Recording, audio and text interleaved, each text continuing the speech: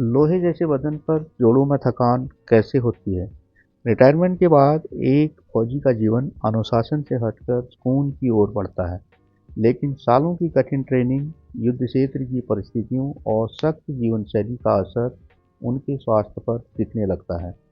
फौजी जीवन का मतलब है भारी वजन उठाकर मीलों चलना और कठिन रास्तों पर दौड़ना। रिटायरमेंट के बाद इसका सबसे पहला असर घुटनों का दर्द, कमर का दर्द और कंधों के दर्द पर दिखने लगता है। दशकों तक हार्ड बेड पर सोने और भारी सामान उठाने से ऑस्टियोआर्थराइटिस और स्लिप डिस्क जैसी समस्याएं आम हो जाती हैं।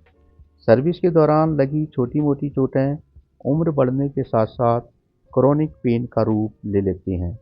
फायरिंग रेंज, धमाकों और भारी इंजनों के शोर के बीच बिताए गए सालों का नतीजा अक्सर रिटायरमेंट के बाद सुनाई कम देने के रूप में आता है। कई फौजियों को टिंटिस, कानों में लगातार सीटी जैसी आवाज़ आना जैसी समस्याएं भी होती हैं। एक फौजी बाहर से जितना मजबूत दिखता है, उसके भीतर कई यादें दफन होती हैं।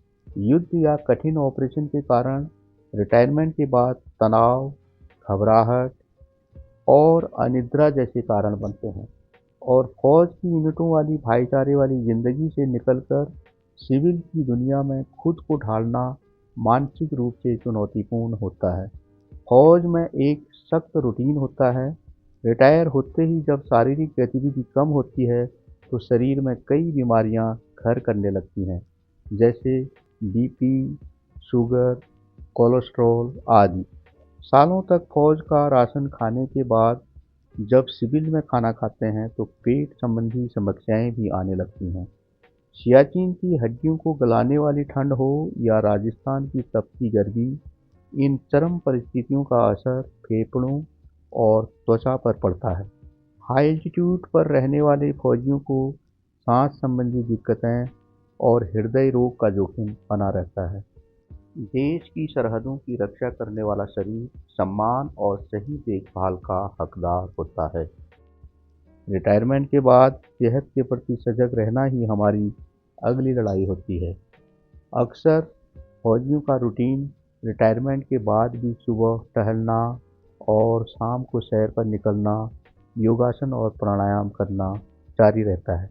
फिर भी कुछ न कुछ पहले की झेली हुई तकलीफों के फलस्वरूप बीपी, शुगर और अनिद्रा जैसी समस्याओं का सामना करना पड़ता है। हालांकि भूतपूर्व सैनिकों और उनके आश्रितों को ECHS, ex serviceman contributory health scheme के तहत मुफ्त इलाज की सुविधा प्रदान की गई है, लेकिन कुछ भूतपूर्व सैनिक जो दूर दराज के गांवों में रहते हैं, वे इस सुविधा का समय पर लाभ नहीं उठा पाते हैं, जिससे छोटी बीमारी भी बढ़कर बड़ी हो जाती है और उनको कई मुश्किलों का सामना करना पड़ता है।